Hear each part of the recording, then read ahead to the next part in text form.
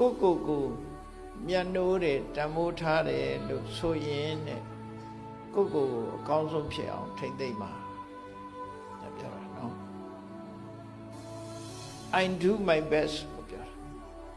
ဘာလို့အကောင်းဆုံးဖြစ်အောင်လို့ကြိုးစားလို့ဆိုလို့ပညာရှာရင်လည်းအကောင်းဆုံးဖြစ်အောင်ကြိုးစားကိုကျင့်တရားလည်းအကောင်းဆုံးဖြစ်အောင်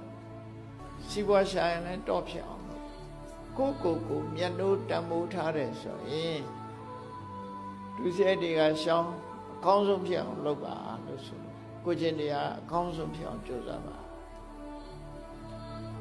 ဘယ်ရွယ်မှာပဲဖြစ်ဖြစ်အကောင်းဆုံးဖြစ်အောင်လုပ်ပါလို့ဆိုလို့ငယ်ရင်နဲ့ငယ်တဲ့အလျောက်အရွယ်အလတ်ဆိုရင်လည်းလူလက်အရွယ်မှာလည်းပဲအကောင်းဆုံးဖြစ်အောင်အသက်အရွယ်ရတဲ့အချိန်မှာလည်းပဲအကောင်းဆုံးဖြစ်အောင်ကိုအကောင်းဆုံးဖြစ်အောင်ကြိုးစားပါတဲ့တိဏ္ဏမညတရံရမှာတိဏ္ဏမညတရံရမှာလူတွေမှာအရွယ်၃မျိုးရှိတယ်ခုနပြောတယ်33နှစ်33နှစ်နဲ့ပိုင်းတယ်တက်တန်းတိုးလာတဲ့အခါကျ25နှစ်နဲ့ပိုင်းလို့လည်းရမှာနော်ခုခေတ်တော့25နှစ်လောက်နဲ့ပိုင်းကြတယ်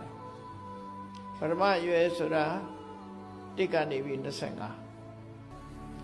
26ကနေပြီးတော့50ဟုတ်တယ်50ကြာလို့ရှိရင်ရွှေရုလို့ပြောကြတာ